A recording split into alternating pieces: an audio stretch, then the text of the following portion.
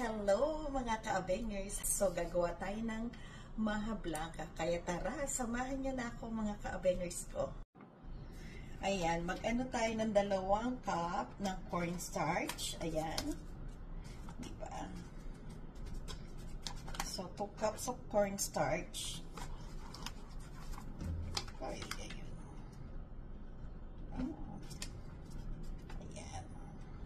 Yan, tapos na tayo. And then, kailangan natin maglagay ng asin sa ating cornstarch.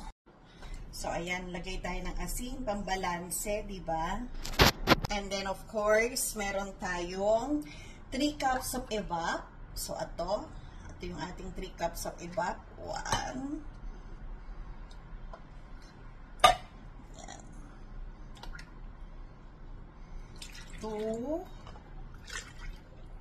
Oh, so sakto pala, yung katumbas ng 3 cups ng evap ay 2 lata ng evap ang nagamit ko.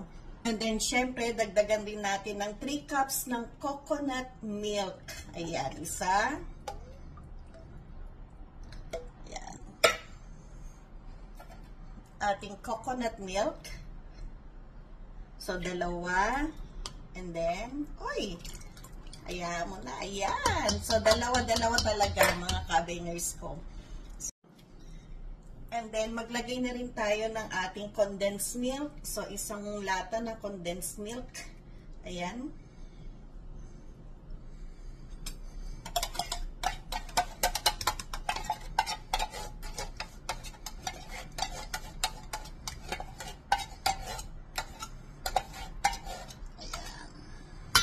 And magdagdag na rin tayo ng 1/2 cup ng ating sugar. So, depende na lang sa inyo kung gaano katamis ang gusto ninyo. Kayo na lang ang bahalang mag-adjust, mga ka-abengers ko. And then, pagkatapos yan, syempre, ang gagawin natin, halu-haluin na natin. Make sure na talagang matunaw ng gusto yung ating cornstarch, diba, mga ka-abengers ko? Ayan. Siyempre mga ka-abengers, habang hinahalo-halo natin at matunaw ng gusto yung ating cornstarch plus yung asukal, di ba mga alam nyo ba kung kaninong version ko nakita to? Nauna ko nang ginawa ito nung first time kong ginawa nun, ang kinuha kong version ay yung kay Judy Ann. Wow, talaga na ako. Pero hindi ko siya nakita ko lang kasi, and then syempre, kumpleto siya ng mga nung time na ginawa ko yon, talagang kumpleto ako syempre ng aking mga pansahog, diba? Kaya lang ngayon, medyo wala tayo, kaya sabihin ko, simplihan na lang natin, diba mga ka-abengers? Pero lalabas pa rin siya na talagang napakasarap mga ka-abengers ko. Kasi wala akong, anong tawag doon? Yung cream cheese, ubos na yung cream cheese namin, kaya okay lang kahit wala na nun, diba mga ka-abengers ko? Ang importante, the same pa rin, yung sukat, diba, na ginamit natin mga ka-abengers ko. Kaya nasa sa inyo na rin kung gusto nyo dagdagan, diba? At syempre, eto na nga yung ating hinahalo-halo, diba? Ayan, no?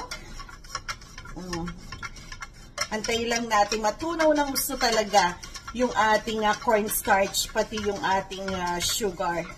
So, isasalin natin ngayon dito sa ating, eto mga ka-abengers, para at least maano natin yung buo-buo, diba?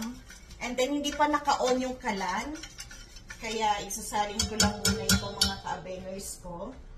Antayin nyo lang na masalin. Ang hirap no? Wala akong katulong. Ayan.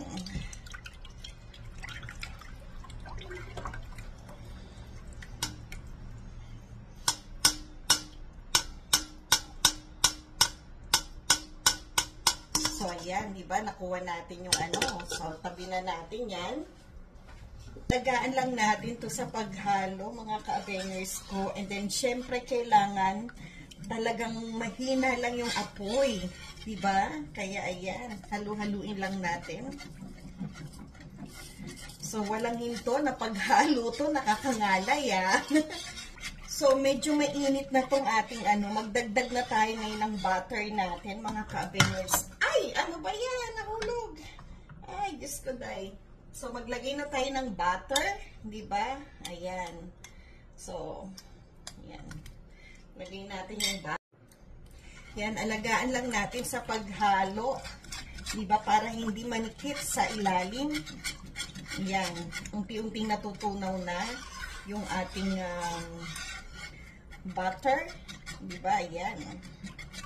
Halo-halo lang tayo, magtiyaga lang tayo mga ka-abengers ko.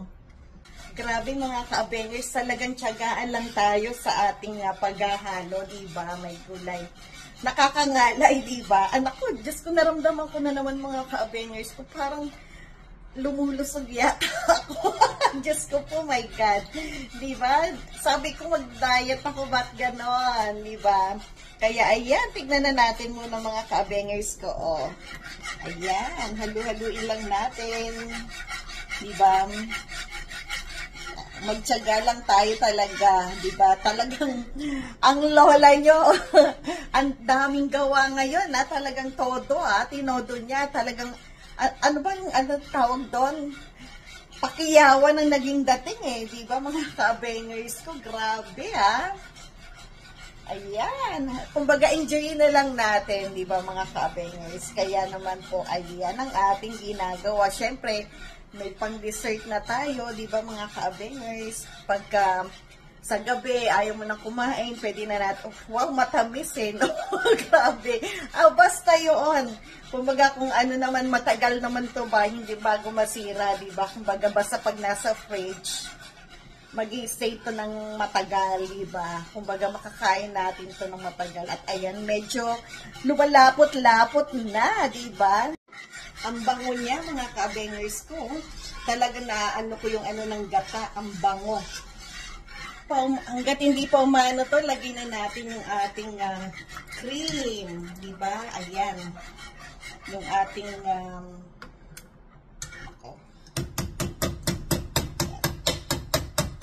yung cream na corn. Ayan, nilagay na natin. Sama natin sa paghalo-halo, di ba mga ka-abengers ko? Ayan. And then, syempre, sundan na rin natin ng ating, ito yung corn, di ba? Ayan. Sama na rin natin yan. Tsaga-tsaga lang tayo sa paghalo. Ayan, bumibigat na yung ating maha blanca. Talagang lumalapot-lapot na siya, oh. Grabe mga ka-abengers, nangalay na ang lola nyo sa kakatayo. Kaya eto, habang naghahalo, nakaupo ako, di ba? Ay, nakakangalay sa paa, my God. Kaya tiyaga-tiyaga lang tayo. Grabe mga ka-abengers, day ko pa nag-dumbbell no? Kita mo naman, salitan yung kamay ko kaliwat kanan di ba? Pagod na yung kanan, ito naman kaliwa mamaya. Diyos ko po, para tayo mag-dumbbell. At ayan, medyo lumalapot-lapot na yung ating maha blanca, di ba? Medyo mahirap na siyang halu-haluin. At ayan, medyo malapot-lapot na rin siya, di ba? So, idagdag na natin ulit itong ating butter, di ba? Para at least maging shiny talaga yung ating maha blanca, di ba? Pampadagdag lasa, and then para shiny yung ating maha blanca. Talaga naman, napakasarap nito mga ka-abengers ko. Ayan, natunaw na yung ating butter, konti na lang, and then talaga naman pong napaka-creamy ng ating maha blanca, di ba? Talagang pure na pure yung ating gata, and then syempre yung ating evap milk and condensed milk. Talaga naman, ayan, malapit na siya mga ka-abengers ko. So, ito na yung humihiwalay na siya, di ba? Ayan, nalutong-luto na to at mga ka-abengers ko. Pwede na to. Kanina pala hindi. Inano ko pa uli. Ayan, nung humihiwalay na siya, pwedeng-pwede na. Lahat ang kawali ko. So, nilagay ko na rito. Ayan. Naglagay na ako ng, ang tawag doon, para hindi manikit, di ba? So, ayan.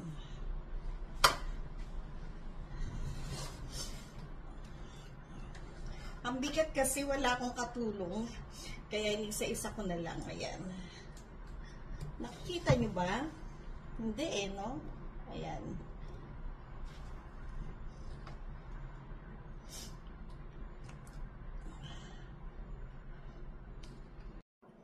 Ayan.